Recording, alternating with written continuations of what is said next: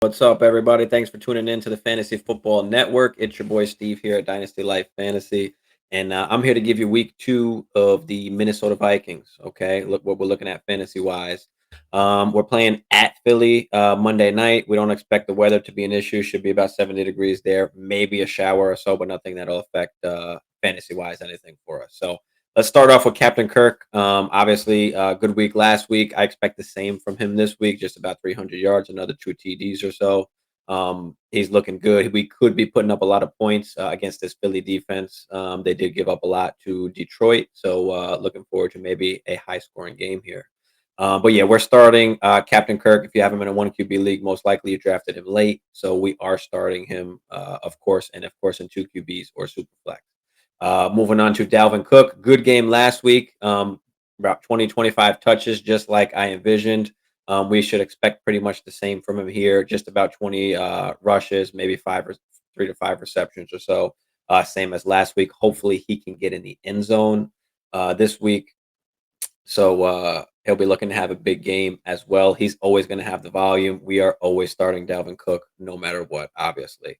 Let's move on to JJ. Of course, we're starting JJ. Doesn't matter what the matchup is. Huge game last week, 184 yards with the 2 touchdowns. Absolutely just went crazy. And that's what you want. And that's why you drafted him in your first round there. So we can't expect, obviously, 184 and 2 touchdowns every game, but it is definitely possible. But definitely expect him to have at least around 7, 8 catches for 100 yards. I'll say that every single week. You can pretty much lock that in. Moving on to Adam Thielen, only 4 targets for Adam Thielen. I think I'm sitting Adam Thielen this week. Just because obviously he wasn't heavily involved like we wanted to see. But let's see him get more involved first. I'm sure you can probably find some better options out there. He's still kind of a wide receiver 3 for me in deeper leagues. You can start him, but in 10-team leagues, I'm sure you can find somebody else for this week. So that's where I have Adam Thielen. Let's move on to KJ Osborne. Wasn't involved last week pretty much at all. 4 targets. He's not startable unless you're in the deepest of formats. We'll have to see what's happening going forward. Moving on to Irv Smith, I mentioned last week, do not play Irv Smith. Let's wait until he actually starts being involved in the offense. Obviously, coming off the 2 injuries, he barely played last week. He barely played, so let's wait until he's actually fully involved in the offense before we start playing Irv Smith. All right. Let's move on to the defense. Defense played actually great last week. Great showing for the defense, aside from the drop touchdown pass from Christian Watson on like the first play of the game. But otherwise, we did play well. I'm still not starting this defense. We have to see more going forward. See if this is going to be a thing, a constant, being consistent. Because we were just so bad last year, so I don't have trust in that defense just yet. But let's move into IDP real quick. Daniil Hunter, last week he had a sack, 2 QB hurries, 3 tackles.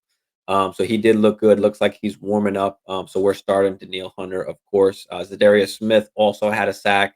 Still not starting him. I don't know if he's going to be involved as much still, of course, with Hunter there. So we're going to start Hunter. We're going to sit Smith. Eric Kendricks last week, surprisingly, only 4 tackles, which is very unlike him. They did change the scheme from the 4-3 to the 3-4. So is this really a product of that, or will he be back to his normal tackling machine form?